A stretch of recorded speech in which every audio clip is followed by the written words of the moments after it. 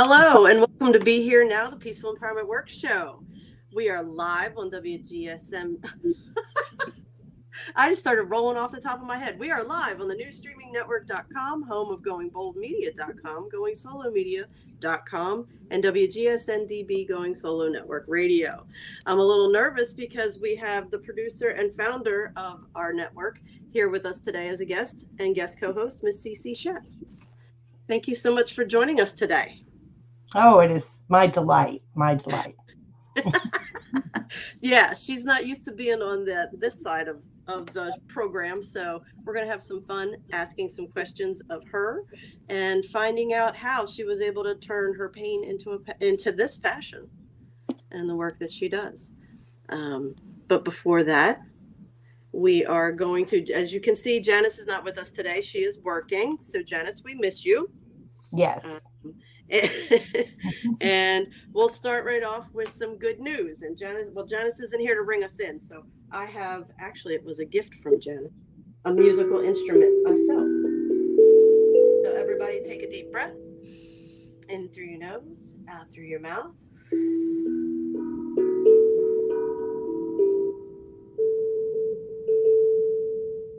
just drop it.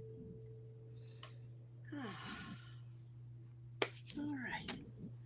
Excellent. Not as good as Janice's singing bowl, but it'll do for today. And we're going to roll it into some good news. We've had a lot of things happening in the world, and good news is really needed. And the biggest thing that's hit the States, at least the East Coast this past week, has been Hurricane Helene. And Cece actually lives in Florida. So if Cece, even before we share this good news story, if you just want to give a little wrap about what you're seeing in your area and how people are. Oh, yeah. Tremendous amount of devastation. You know, a lot of people, even ones not directly on the water, but also in the flooding, you know, because we got the surge. We thought we had missed it, and then the surge came, and that's what's really kind of blown us away. And it's a lot of people have gotten a lot of flooding into their homes, and you know, they've lost everything, including their cars. There are many vehicles have been totaled. People in RVs have been totaled.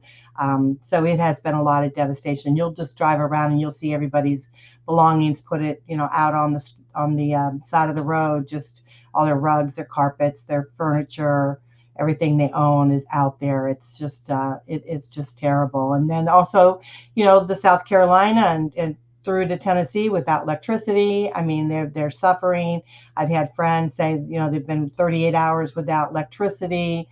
You know, so when you think about being without electricity, you've lost, you know, all the food in your freezer. You've lost a lot of stuff, a lot of spoilage, a lot of different things that have happened around. It's a tough time for many people. But I love the idea that you've got a joy-filled story for us, because sometimes I think in these times of devastation and difficulties, we have to really celebrate and be grateful for the wonderful things that do happen. People come together, help each other, and then this wonderful story that you're going to share with us. So I'm delighted about that.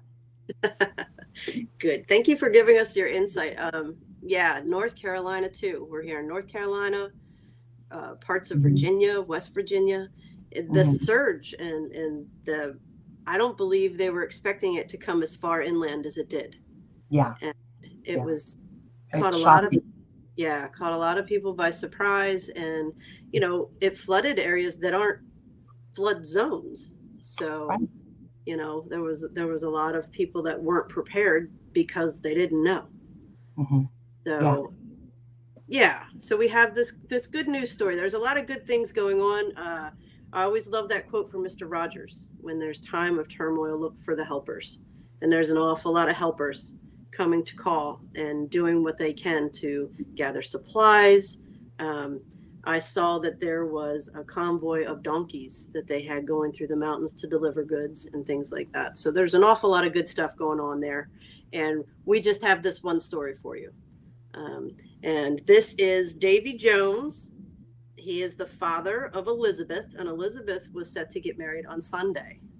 And he lived 2 hours away, but the highways to get to his daughter were closed, and he was determined to be there to walk her down the aisle. So David decided that he was going to strap on his backpack and walk to get to his daughter so he could be there to walk her down the aisle. So he packed a shaving kit, underwear, socks, and a windbreaker, and off he went. He's a marathoner, so he's pretty fit, but he said he came across some challenges that he never expected to come across. He even ended up in a sinkhole. He had mud up to his knees that he had to get out of. So yeah, he took off on this long journey and ended up walking between walking, and then he did get some help and support from a police officer that saw him and heard his story, picked him up, and took him the rest of the way. But it was a 12-hour ordeal, and he got there, showered up, put on his tuxedo, and was walking his daughter down the aisle. So he decided that there wasn't anything that was going to stop him, and his determination and pure will got him there. And of course, with the help of his friend, the police officer, he was able to make it. So obviously she was in an area that she was still able to have her wedding. So that was a good news thing too. But I mean, it just goes to show that love and passion can carry you through difficult times. So yes, so that was good. I have a new toy. Can you hear that? It's my sound effects applause. Pretty jazzy. This is pretty cool. All right, moving right along. Our next attitude is everything. We got our weekly affirmation, and it's funny because I saw this affirmation and I loved it, and it made me think about mirror work. And whenever you talk about mirror work, people are like, "Oh, I hate mirror work." But when you can look at yourself in the mirror and say these affirmations, look directly into your eyes, you're sending a message to that subconscious thought that you're ready to shift your line of thinking and rewire things. So I let my dreams be bigger than my fears and my actions louder than my words. I'm finding that you can tell an awful lot about people and yourself, myself mainly. I was checking in to see, are my words and my actions aligned? Mm-hmm. Words, action, and energy. Is it all aligned? Mm-hmm. So, yeah, this is a good one because a lot of people, with everything shifting and changing in the world, I know I'm one that didn't allow myself to dream big. And I find myself allowing myself to daydream and think bigger. And I feel like, Cece, you've been doing the same thing. Correct me if I'm wrong. Yeah, absolutely. Absolutely. My mom used to always say, walk the walk, Absolutely. Walk the walk. Yeah. Yeah, I would always, my daughter is a really good basketball player. When she was growing up, I'd always say, you don't have to brag about how good you are. You show people by how you play, right. And my favorite quote, a lion doesn't have to roar to prove he's a lion. That's right. Yeah, absolutely. Yeah. Okay.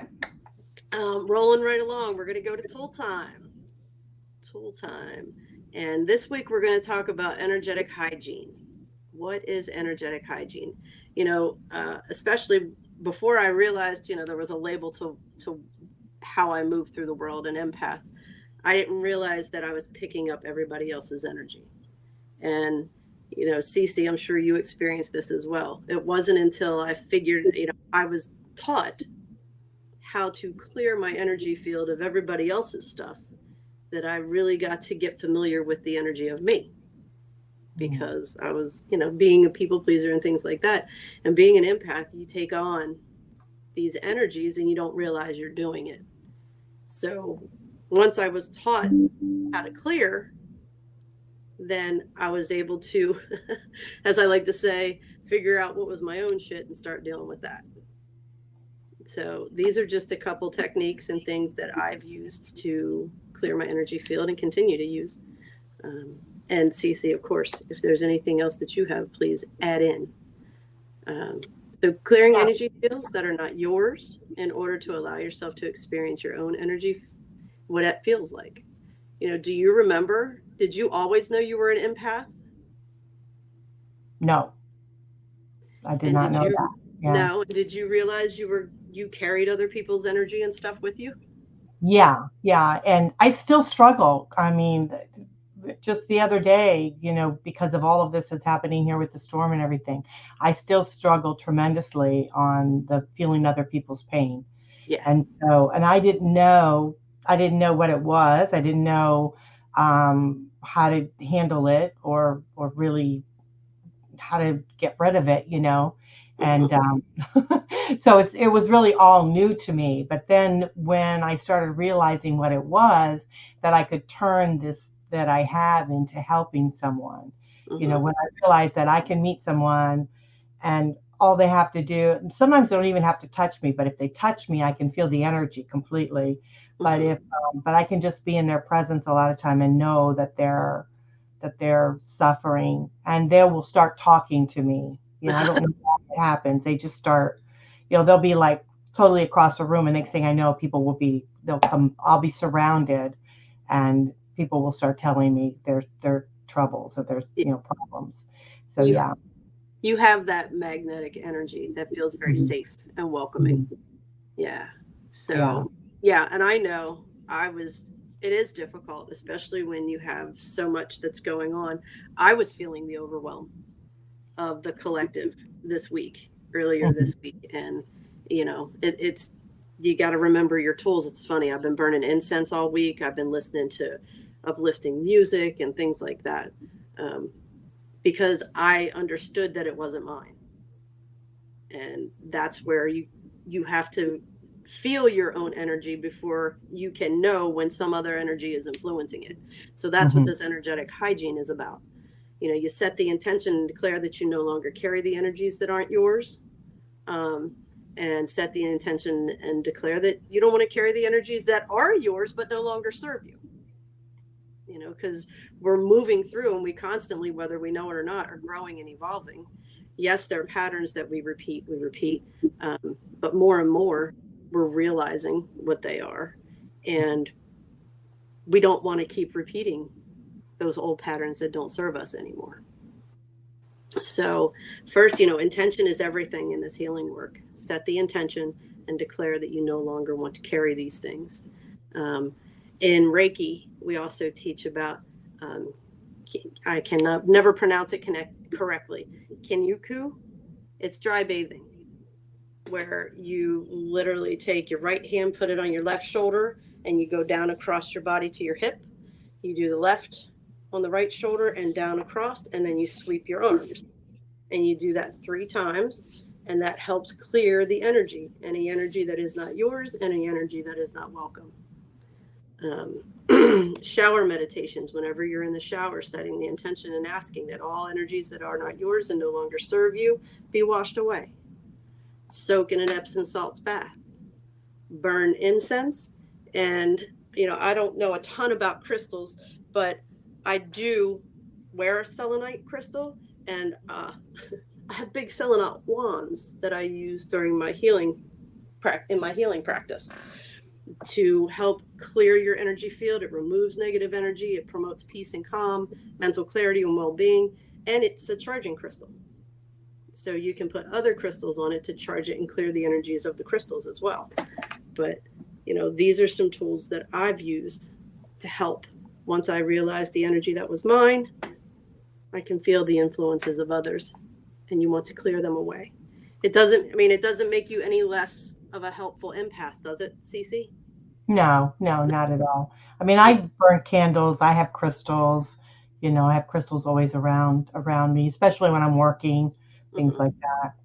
But yeah, but I didn't know on any of these other ones. So this, I'm learning. So this is a learning thing for me too, which is good because I Excellent. think we do need to do this, and everyone um, has the ability, to be an empath or whatever. So we all have some sort of ability. And so if you are feeling something, I think this is great. You can use this to be able to help you, kind of shed some of that.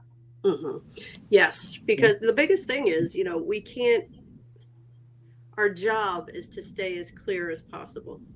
Hmm. Doing the work that we do, our job is to be, um, clear as possible so that we always work on our healing. We're never done. We're always working. We're always growing. We're always, identifying patterns and healing them and things like that. So we have to keep our energy fields clear of anything that isn't ours. We hold the space while you're here with us. We do the work we love, we support, we guide. And then when you leave, we clear that energy that goes with you. Whereas in the past, I know I would throw it on my back and be like, yeah, I can carry that. I can carry that. I can do that too. It's okay. I got this. That's not our job. We don't have to carry everybody else's pain and suffering. Just like we don't carry their joy and happiness. It's theirs. So this is just about being able to it's like clear the slate and see where you are. Mm-hmm. And these are just some tools to use. So, Judy, I was just thinking that, during the storm and after the storm, like preparing for the storm and all the way through it, I kept feeling so tired, just worn out. Mm-hmm. And so I was thinking while you were talking, I was thinking, I think that's because it was all the energy, the energy that what was going to be happening, what transpired, all of that. So I think these are sometimes we don't understand what we're feeling. And so I think that, these tools that you're sharing with us certainly would help those. If you're feeling that, if you're just feeling tired and worn out or whatever, it's that negative energy. And so maybe doing some of these cleansings, certainly could help being able to lift some of that for you. So if you're feeling that out there, I always do believe that these shows, whatever you listen, whatever crosses your path, you're supposed to hear it, right?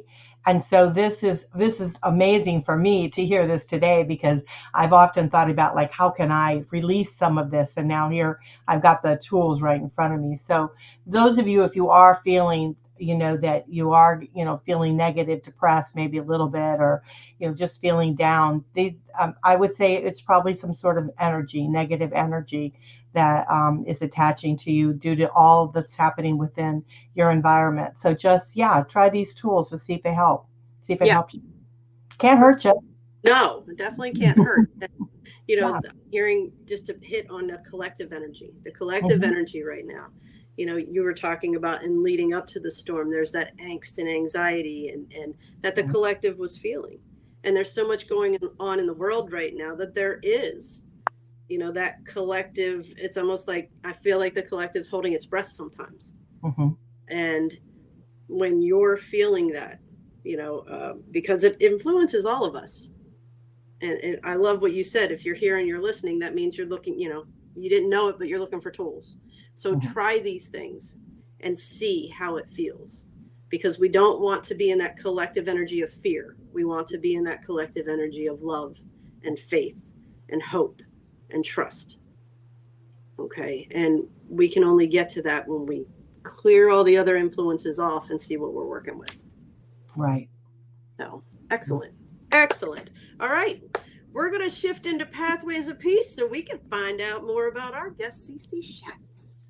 Okay. I'm in the hot seat.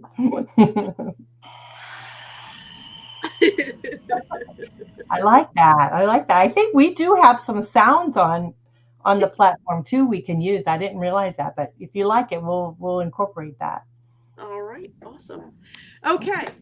So, Miss Cece, where were you born and raised? Well, it's funny because I was born in Elkhart, Indiana, but I was actually raised in Michigan. So Elkhart was the closest hospital. And so I was born there. I'm a Hoosier. So I've been told since I was born in Indiana, but we lived in Michigan. We lived in Michigan until high school, junior high. And I was devastated when my father said we were moving to Florida. And I came down here to realize that I was going to be in my first year of high school in Michigan. I was all excited. I was going to be a big shot, right, going to high school. And then I come down here and I'm still in junior high. I was just like, oh, my gosh. Oh, no. I was devastated. I couldn't believe it. Then my father says to me, my father did not tell me the truth, okay? So when I found that out, I was so upset. And he said, well, you can wear your bathing suit to school. Don't worry. They love it in Florida.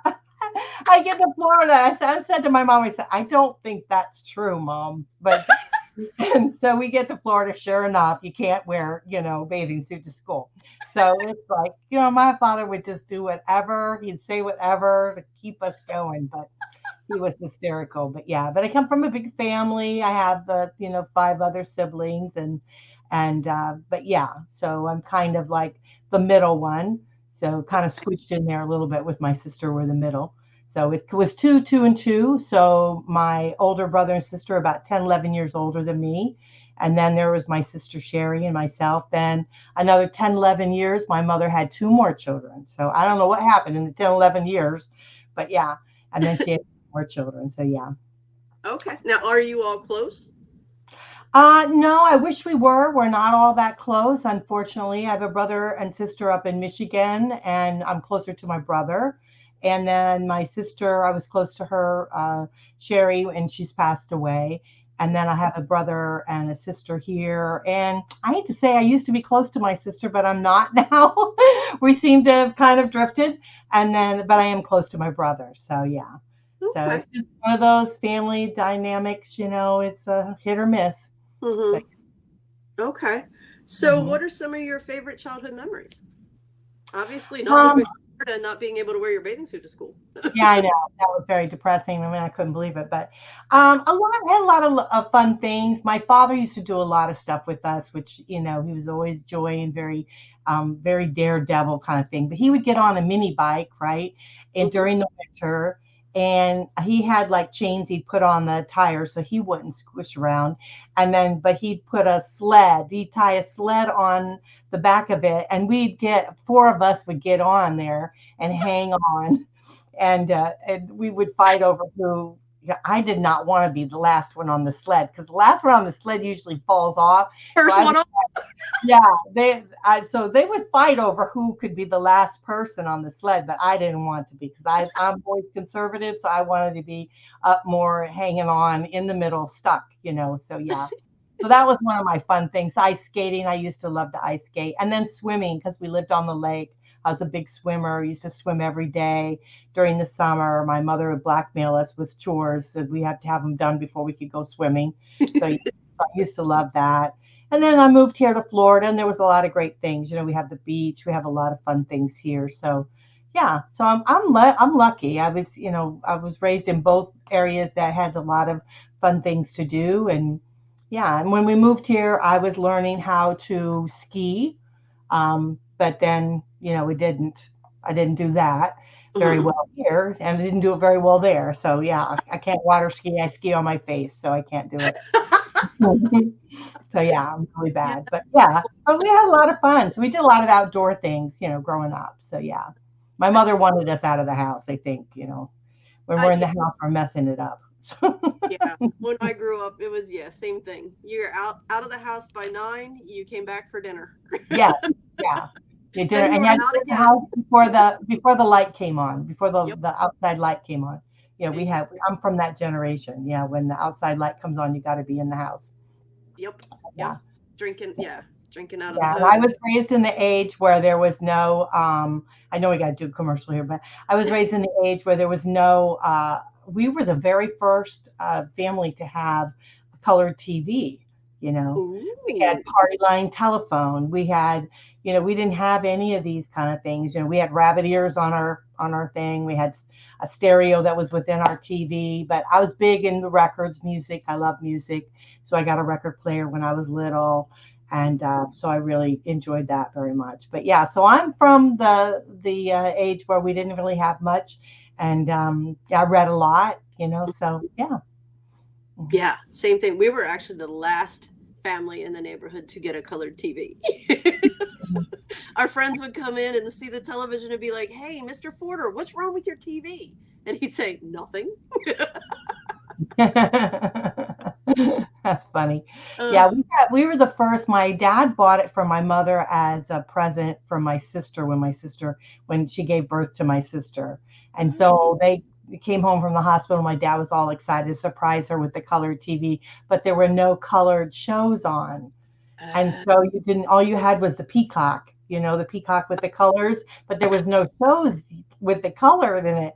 And so, and then I remember people would be coming over to our house all the time. And my mother would say, oh gosh, I wish we didn't have this TV set, because people would be coming over all the time. And, my sister was a baby, and it was like, oh, she didn't want company over all the time. So but they were people, right? People persons, like they like to have a lot of, especially my father liked to have a lot of people over, very entertaining, that kind of thing. So our house was always a swinging door. There was always people there. And my mother always wanted all the neighborhood kids to play at our house because she wanted to keep an eye on us. So we were always the house where all the kids played. So Yeah.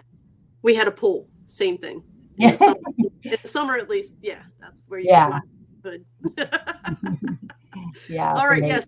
We have to break for a commercial right now, but we'll be right back.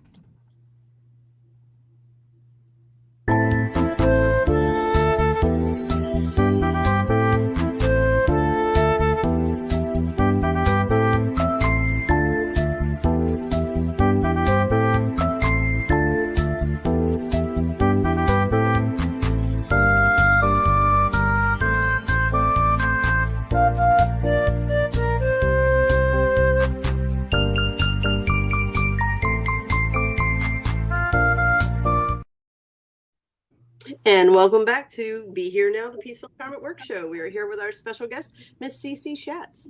And we want to roll into who you are, how you do what you do, and why. But first, it sounds like you had a wonderful childhood, other than your father lying to you about the bathing suit. But what were some challenges that you can remember?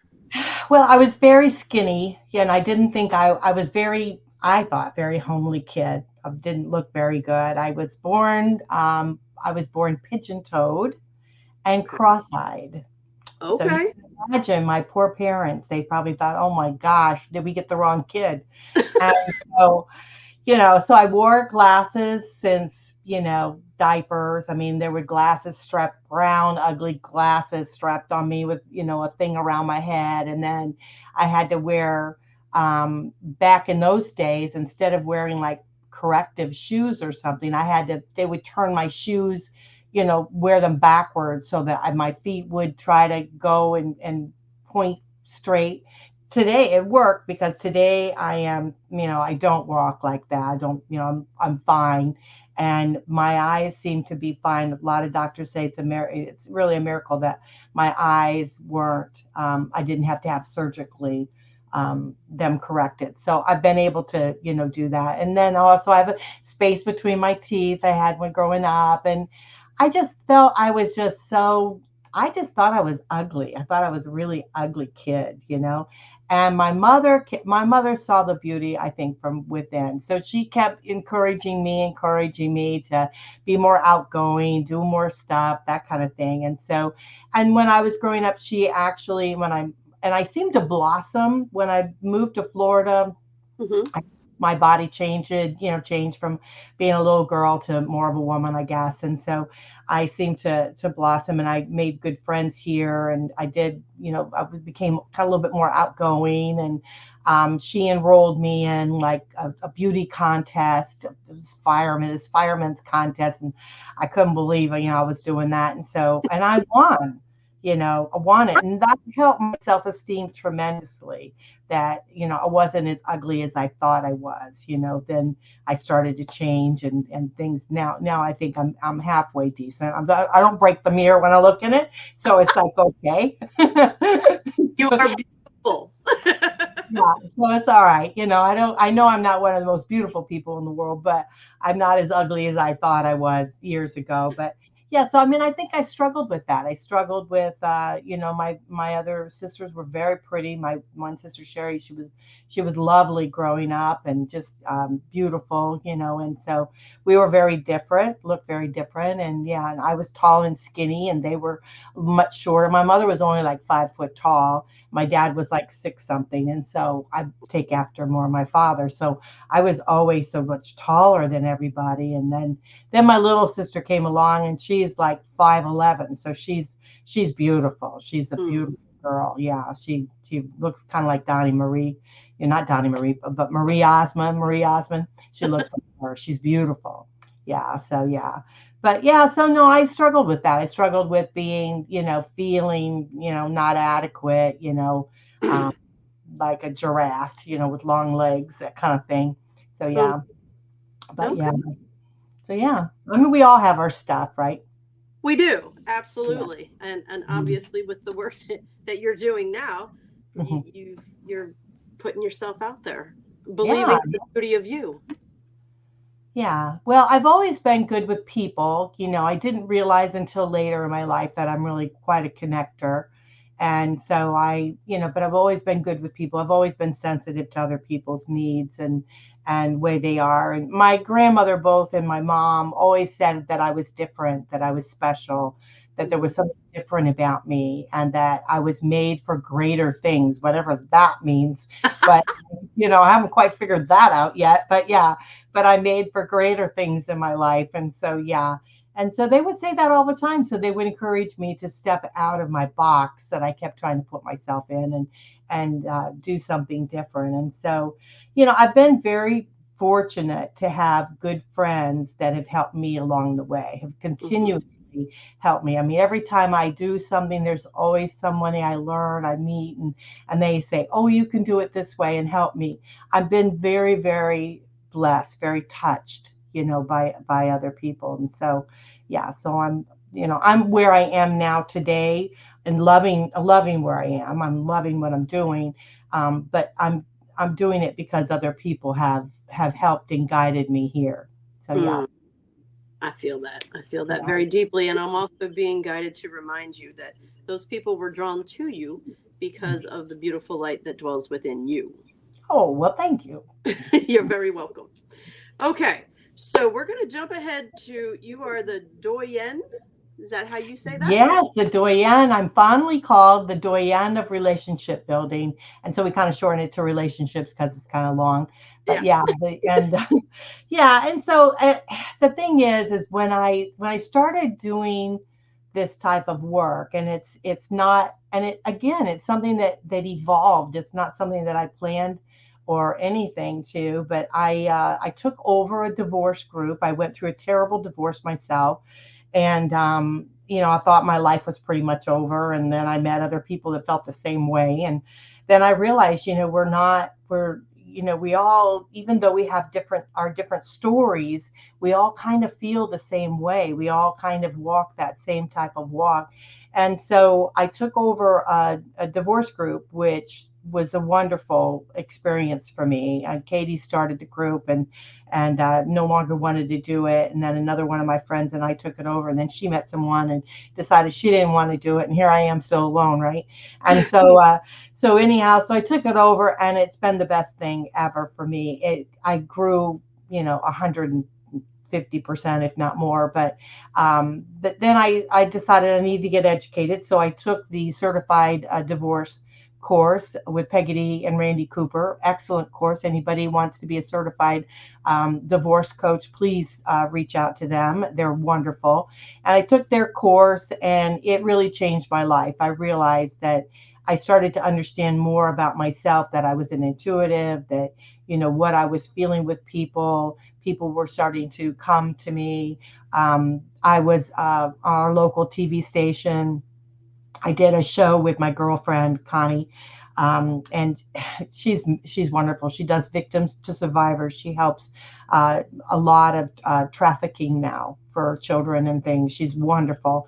And I was on her show, Victim to Survivor, and when I got off of the show, uh, the owners of the station offered me Life Improvement Radio. They offered me a radio spot. And so I thought, well, can I do this? And I thought, well, I'll do it. Connie said, you can do it. You can do it. So yeah, my first show, no one could see me, thank God. And I was just on the radio, but I thought I was going to pass out and had to do a commercial and everything. But yeah, but I got through it. And then after that, it just kept blossoming, and we went on to the TV, and that's when our Bay News 9, our local TV station, they heard me and they said, keep her on. We want to interview her. And so they interviewed me, and that went around one Thanksgiving, in a loop on their show. And that helped a lot with the exposure. it just constantly, a door would open and I just walked through it because really I had nothing. I came from my relationship thinking that I couldn't do anything. I was told I could never do anything. I would never amount to anything. I wouldn't be successful in anything because it was totally him. That was the whole reason I was in existence. And I realized that, that's not the case. So, can I ask you a question about that? How did you come to that place of realizing that he was full of bullshit? Well, yeah, I mean, the more and more I started to do, the more I started to realize what I could do, right? And what I was capable of doing. And then one time I decided, I thought back in my life and I thought, well, I'm the one that helped him, in his business. I'm the one that did the marketing for him and was there for him and supported him and did all that. And I'm thinking to myself, well, if I could do all that, I could do that for myself. And so, screw it, I'll show you. And that was another thing is I got that attitude, like, I hate to say it but fuck you, I'll show you, and I shouldn't say that, but that's the truth. I thought, I'm gonna survive and I'm gonna show you. If you think I can't do it, I can't survive, I'm gonna show you I can. And that I got that attitude, which is what? Funky. That's what sparked it, though. There always has to be something to spark it. And if that's what it took, fantastic, because it gave you the courage to say yes. Yeah. Yeah. So now I say yes to just about anything. I am dating, so I'm going to say that just about anything I'll say yes to. But I'm like, why not? Let's go for it. And what is so beautiful now in the time that we live in with the internet and everything is that there's so many opportunities for us that we should never close the door. I mean, when I started this, they wanted me to go into regular FM TV, regular TV, right? And it was so expensive. And I said, you know what? I don't think so. I'm going to stick with internet because I had a feeling the internet would be the way for us. And when COVID hit, everybody was running to the internet and we were already there. We were already going strong in it. And then we launched last year on Roku. Believe it or not, we had 6 million listeners on Roku. I was shocked. I mean, I fell off my chair. And we did the stats on it and people would watch 4 hours at a time on the show. Wow. And that's why when people talk about your stats and stuff, it's, I don't worry about it. I don't worry about the numbers. What my concern is the quality of the shows and the stuff, the information that we're providing out there. If we can provide good information, people will listen. Mm-hmm. And so there's not a problem with it. I even did a thing on just here recently on Chat GPT, put in my information and they gave me all kinds of stuff about all good things that we're doing and all this stuff. And I'm thinking, oh, all right. Even Chat GPT thinks we're doing good. So yeah. So, I mean, I just think that you just have to roll with the punches and just keep your opportunities, when they come to you, just be open to them. Yeah. And one thing that I'm hearing to point out is you said yes to something that wasn't very popular, but it was more affordable. And you had a gut, your intuition was telling you this is going to be big someday. Yeah. And you were right. And it all started with the Going Solo Network, correct? Right. The Going Solo. What I wanted to do is I thought, people would say to me, oh, you're divorced. God, when they would say things like that, I'd be like, what are you talking about? And, I would say 50%, I did the stats again on it. 50% of people are married and 50% are single. And so, but really our mindset is singular, right? When we have to make decisions about our lives and what we want to do, we have to make a singular decision about that. Even though we might be thinking about our family, our partners and whatnot, we're still making a singular decision. So we are always going solo, always. And so I started thinking like that. And I thought, you know what? I want to touch these people and I want them to realize they're no different than anyone else out there and that they can connect and be able to move forward in their lives and do it in a collective way, right? Helping Mhm. each other along the way. So we put together what we call Pay It Forward. And so we help each other. So whatever you're at in your particular life and whatever, you can share your experiences and bring the next person forward, great, kind of like throw that rope to them and help them, come along. So that's kind of our concept with doing it. Some people frowned upon it. Some people made fun of me because of it, but I really did believe that going solo was truly something that we all needed to embrace. And then after that, I realized that for you, like, peaceful empowerment Mhm. in our lives is so valuable. It's so important. And no matter where we're at in our lives, whether we're single or we're with a partner, we have to continue our personal development in which empowers us to be the person that we are. And so we have to continue that, which is why we brought in the going bold, is because we didn't want to turn away. I didn't want to turn away people that, oh, well, I'm with somebody, I don't think I can listen to your channels. And you need to listen to our channels because you want to be the best person you can be, because you want to attract those people to you. When you're around people that are like, the energy is negative and things are not right, it's because you're in that field, you're in that force field, so to speak. And so you have to embrace that and be able to empower yourself to be able to move forward. And I love your show, Peaceful Empowerment, because all these shows, every single show on here, I listen to myself. I Mhm. love them. I think they're really great. There's times things happen in my life and I go back and dig out, a segment that I remember I heard that I want to listen to again because I want it to help me personally to be Mhm. able to move forward. So your show, the Peaceful Empowerment Show, it definitely works. I love it when we came up with the name, because Peaceful Empowerment Work Show, which means it works, It worked. Yeah, It really it does. definitely works. Yeah, for sure. So I love your guys' show. I think it's great. I love what you do, your website. You guys go out to the peacefulempowerment.org and find the website there. All the information is there for them. And we're wearing the t-shirt. I got the t-shirt on here. Yeah. So yeah, I'm for you. I'm all for you for sure. Well, Yeah. thank you for that promotion. But Yeah. um, so I have to tell you that explanation of going solo, that makes complete sense. Because even when we were first introduced to the Going Solo Network, I immediately thought it's the divorce, so it's about dating and getting yourself back out there, which it is. But Yeah. that is beautiful, no matter where you are in your life, and that's what we talk about on the show all the time. You have Hmm. to go within. Your relationship with yourself is first and foremost and most important. So I love that. That is, Yeah, thank you. yeah. And I know she put up the slide, all the different shows that I do. I do the dating, right? I do the date the right one. I do the going solo with Cece. We talk about everything. I do going solo life after relationship loss. We change it from divorce to relationship because there's a lot of individuals not only are widowed, but they're also stumbling through relationships and they can't quite understand why they're doing that. I Hmm. myself, I understand it because I've experienced it. And so we experience loss and it's painful and we want to be able to learn from that.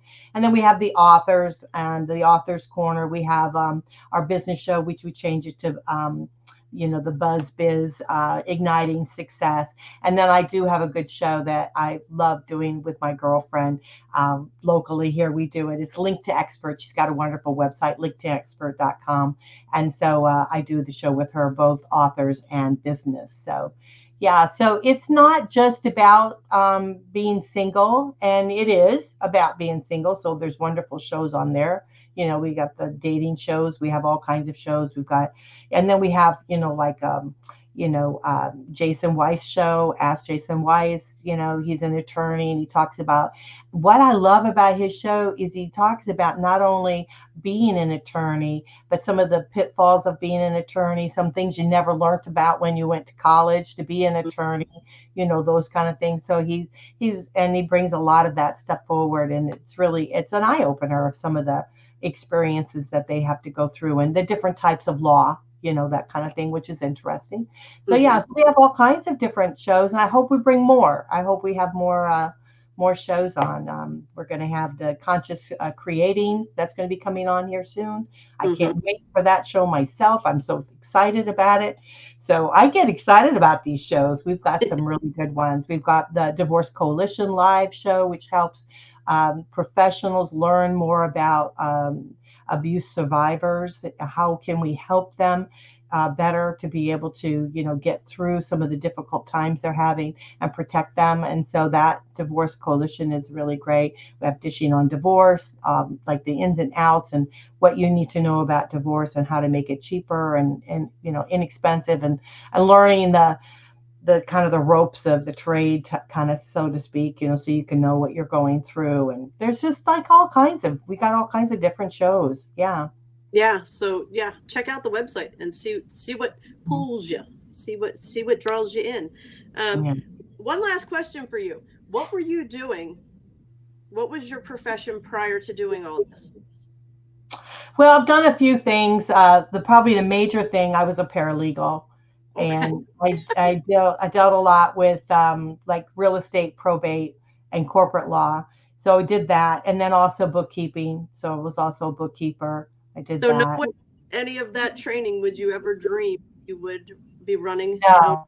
And I will share a funny story. I went after my divorce. A bunch of girls, we got together, and we wanted to get a reading, right? And so we got a reading from, and she's actually great. She's Karen Rosenberg. If anybody wants to do a reading with her, Karen Rosenberg. So anyhow, I go into this, all my girlfriends going, I'm nervous, thinking, what the heck is my future going to be? It's a mess now. What is it gonna be?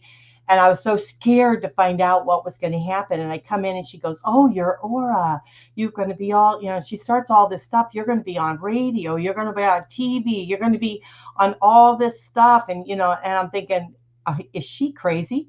I mean, I thought, boy, this is the biggest waste of money I've ever had. I couldn't believe this. And I'm thinking, yeah, what a whack. And I'm sure she's hearing me think of these things, and I'm thinking, boy, she's crazy. I will tell you, at that reading, everything that woman said, everything has come true. Every single thing. Now, she told me she didn't know the time frame. So I'm saying, oh, yeah, right. Of course it will. When's this going to happen? But she told me all this stuff, and she told me about how I was going to have these groups and how I was going to do different things. And I have a singles group. I have a travel group. How I was going to do all these things. I was going to travel. I was going to meet someone, fall in love. All these things again. She did say I would marry again, but we'll see. I'm not sure about that one. But everything so far she has said has come true, and it has been amazing for me. So this life has been amazing. So it's really, you need to just think out of the box, stop. And the biggest thing, someone asked me one time on a radio show, what is the biggest thing that holds us back? And it's fear. Fear is the biggest thing. You can have all these wonderful opportunities, but if you are fearful of not stepping forward and just saying, you know what, let's just go with it. You know what I mean? If you don't do that, your life will shift. But if you do, you never know what's going to open up for you. It's amazing. It's absolutely amazing. So, yeah. Absolutely. Well, I personally would like to thank you for finding the courage to continue saying yes, or we wouldn't be here right now. Yeah. It's beautiful how you pay it forward, and you give people a platform to share their knowledge and wisdom and tools to put out there in the world, and hope that it lands with people, and it helps them find the joy, the courage to say yes, so that they can find their joy. So thank you for being such a bright light in this world to help people get their message out there. Well, thank you for that. Well, now, kind of shifted a little bit. And what I'm trying to do is take any shows. So if anybody has a show, you want to bring it forward, we'd love to be able to do that, put it on the network. But we're trying to get the exposure of out there everywhere. So on TVs, we got several TV stations that picks up our streams now. We're on all the podcasting stations. We're on our radio station, and we're on like I don't know how many other radio stations that have picked us up now. And so, and and I want to keep growing that number. So if you have a station, you want our content, we would love to be on there. So let us know if you've got a show. I make it extremely affordable that you can come on our station. And we also try to do a lot of work for you so you can concentrate on your shows, on your knowledge, on what you want to do to be able to bring that forward. So yeah, so that's my path now with the new streaming network, is to really bring on some fabulous shows that will really truly help people. And I want to fill every hour with the show with some great information. So yeah. Well, I can testify as to how wonderful it is to work with her and our producer, Severia. The two of them are fantastic. When I came to Cece with the new idea about the format, I was like, what do you think about this? She's like, great, let's try it. Yeah, great. And Servio, we want to shout out for Servio. He's down below producing the show today. He's such a sweetheart. So thank you for that. Thank you. And sorry we ran so far over, but we're here with Cece, so I guess that's all right. That's right. So we're to wrap it up. I want to thank you, Cece, for being here with us, and thank everybody for watching. And please always remember Janice's message: you're never alone, and never forget that you are awesome. And we'll see you next week. Thank you, Cece. Thank you. You're welcome.